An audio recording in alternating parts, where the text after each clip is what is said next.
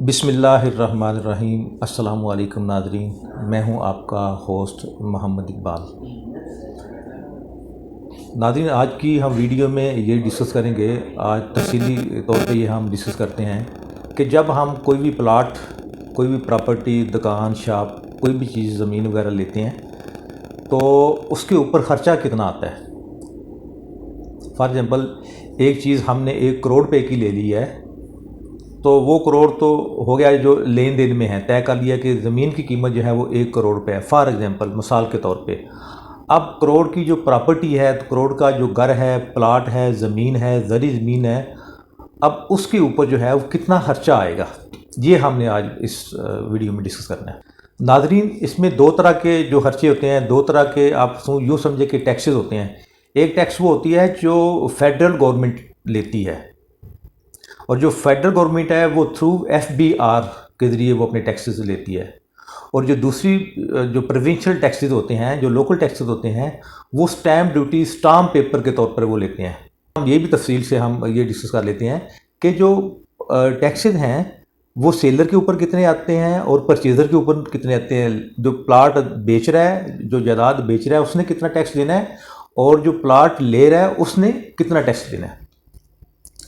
तो ये एक बड़ी ज़रूरी चीज़ होती है। दूसरी नाज़रीन, ये चीज़ होती है कि दोनों के अपने अपने टैक्सेस होते हैं, लेकिन बाद लोग क्या करते हैं, वो कहते हैं कि जितना भी खर्चा है वो जो है वो फ़लाँ देगा, लेने वाला देगा। ये हरगिज़ नहीं होता। ये पहले तय पा लिया जाता है कि जो देने वाला है वो अपना टैक्स देगा, जो लेने वाला है वो अपना टैक्स देगा। असूल भी यही है। अब जो बेचने वाला है उसके ऊपर नाज़रीन जो FBR का टैक्स होता है उसको हम कहते हैं गेन टैक्स। दूसरे लफ्ज़ों में उसका जो गेन टैक्स हम उसको कहते हैं, वो 236 के सेल ट्रांसफ़र, इसको टैक्स भी कहते हैं, सेल ट्रांसफ़र टैक्स, उसको गेन टैक्स भी कहते हैं। वो जो होता है वो सेलर देता है। अब इसकी वैल्यू के ऊपर आ जाते हैं। इसकी जो वैल्यू है, जो मौजूदा जो साल चल रहा है 2022-23 में, इसकी जो वैल्यू है, अगर फाइलर है बंदा तो उसके ऊपर 2% है, अगर नॉन फाइलर है तो उसके ऊपर 4% है। वही अगर करोड़ की प्रॉपर्टी है, इसका मतलब ये है कि अगर बंदा फाइलर है तो 2 लाख उसको टैक्स पड़ेगा, अगर नॉन फाइलर है तो उसके ऊपर जो गेन टैक्स है वो 4 लाख रुपया पड़ेगा। अब फेडरल जो दूसरा टैक्स है वो होता है एडवांस टैक्स। एडवांस टैक्स नाज़रीन, ये जो परचेज़र होता है, लेने वाला होता है, वो देता है। वो 236 के परचेज ऑब्लिक ट्रांसफ़र टैक्स इसको भी कहते हैं। अब इसकी वैल्यू जो है वो उससे थोड़ी मुख्तलिफ है। जो परचेज़र है उसके ऊपर जो एडवांस टैक्स है, अगर फाइलर है तो 2% है, और अगर नॉन फाइलर है तो वो 7% उसके ऊपर टैक्स आ रहा है। लाख करोड़ की प्रॉपर्टी है तो जो एडवांस टैक्स है फाइलर के लिए 2 लाख रुपया, अगर नॉन फाइलर है तो उसके लिए जो टैक्स है वो 7 लाख रुपया। अभी मेरे ज़हन में एक बात आ रही है, क्यों ना हम फाइलर बन जाएं। जब हम फाइलर बन जाएंगे तो यकीनन इससे क्या होता है, हमारा ही फ़ायदा है। देखिए, आपने एक चीज़ ली है, अगर आप फाइलर होंगे तो 2 लाख रुपया, करोड़ की प्रॉपर्टी है तो 2 लाख के ऊपर पे टैक्स आ गया। अगर नॉन फाइलर है तो 7 लाख रुपया टैक्स आ रहा है। इससे आपका भी फ़ायदा होगा। और नेक्स्ट जब आप कोई चीज़, कोई प्रॉपर्टी लेते हैं, देते हैं, और बाकी मामलात में भी अगर फाइलर हैं तो काफ़ी सी छूट आ जाती है। तो मशवरा है कि फाइलर बन जाना चाहिए। ये है फेडरल टैक्स। अब आ जाते हैं कि एक और टैक्स होता है स्टैम्प ड्यूटी। वो टोटल मलियत का 1% है। करोड़ की प्रॉपर्टी है तो ये भी जो परचेज़र है, स्टैम्प ड्यूटी, जो स्टाम्प की ड्यूटी होती है, वो भी किसी परचेज़र ने ही देनी होती है, सेलर के ऊपर नहीं आती। ये भी परचेज़र जो है वो टैक्स देगा। फॉर एग्जाम्पल, करोड़ की प्रॉपर्टी है तो करोड़ रुपए के ऊपर 1 लाख रुपया टैक्स उसके ऊपर पड़ेगा। और ये जो स्टैम्प ड्यूटी है और जो बाकी जो ड्यूटियाँ होती हैं नाज़रीन, ये फिक्स नहीं होती, ये चेंज होती रहती हैं। पहले ये था कि जो गेन टैक्स जो सेलर के ऊपर 1%, 2% और 4% आ रहा है, पहले ये होता था कि ये 5 साल की पुरानी, अगर आपने एक चीज़ 5 साल पहले ली हुई है तो उसके ऊपर गेन टैक्स नहीं था। वेयर एस अभी क्या है कि अगर आपने कितने भी अरसे में जो प्रॉपर्टी ली हुई है, 7 की ली हुई है, या अभी आपने पिछले माह ली हुई है, तो उसके ऊपर जो गेन टैक्स है वो फिक्स है।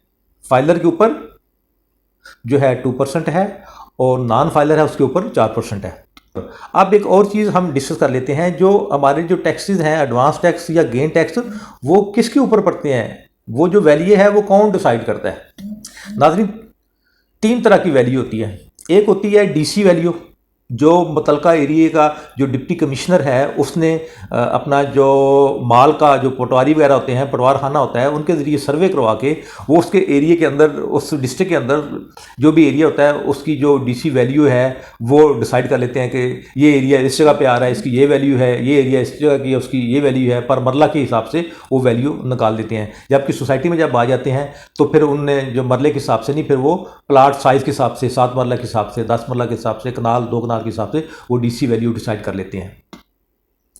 एक होती है एफबीआर वैल्यू। एफबीआर वैल्यू वो होती है कि जो एफबीआर वाले हैं उन्होंने भी हर एरिया की जो वैल्यू है वो मेंशन की हुई है। जिस एरिया का जो प्लाट है तो वो आप उनके पास वेबसाइट है, वहाँ पे आप पता, जो वसीका नवीस होते हैं, जो स्टाम्प वाले होते हैं, जो टैक्स वाले होते हैं, उनको पता है कि वो सबसे पहले वो देखते हैं कि ये जो एरिया है, ये इस एरिया के ऊपर कितनी डीसी वैल्यू है, कितनी एफबीआर की वैल्यू है, ये वहाँ पे लिखी होती है। तीसरी वैल्यू होती है जो मार्केट वैल्यू है। मिसाल के तौर पर हम एक प्लाट लेते हैं एक सोसाइटी के अंदर जिसकी जो डीसी वैल्यू है वो मुकर्रर की हुई है 25 लाख रुपया, एग्जाम्पल मिसाल के तौर पर। लेकिन जब हम लेन देन करते हैं तो हो सकता है उसकी जो मार्केट वैल्यू है वो 50 लाख हो। तो हम पे डिपेंड करते हैं, जो कम से कम जो टैक्सेस होते हैं वो डीसी वैल्यू से हम नीचे नहीं जा सकते। जो मार्केट वैल्यू उसी प्लाट की अगर 50 लाख है तो हम दो सेलर और परचेजर, लेने वाला और देने वाला, वो तय करके वो कहते हैं कि नहीं जी, हमने तो जो मार्केट वैल्यू है उसी हिसाब से हमने टैक्स जमा करवाने हैं, तो आप उसी हिसाब से अपने टैक्स जमा करवा सकते हैं होंगे। आज की वीडियो का मकसद ही यही था कि आप लोगों के साथ ये चीज़ डिस्कस कर ली जाए कि जो अब जब कोई चीज़ लेते हैं या देते हैं उसके ऊपर जो टैक्सेस हैं वो कितने आते हैं, उसके ऊपर जो स्टैम्प ड्यूटी है वो कितनी आती है। और जैसे मैंने पहले अर्ज़ कर दिया कि जो एफबीआर के टैक्स हैं और जो स्टैम्प ड्यूटी के टैक्स हैं ये चेंज होते रहते हैं। ये जो ये गवर्नमेंट डिसाइड करती है, वो इसकी रेशो जो है वो कम भी कर सकती है, इसकी रेशो जो है वो ज़्यादा भी कर सकती है। इसी तरह जो गेन टैक्स होता है, इसकी वैल्यू जो है, इसका जो पीरियड होता है वो भी गाहे बगाहे वो अपना तब्दील करते रहते हैं। यकीनन नाज़रीन, आज की ये छोटी सी एफ़र्ट आपको पसंद आई होगी। आपने मेरे चैनल को सब्सक्राइब करना है, मेरी वीडियो को लाइक करना है। मेरी तरफ से आपको अस्सलाम वालेकुम व रहमतुल्लाह।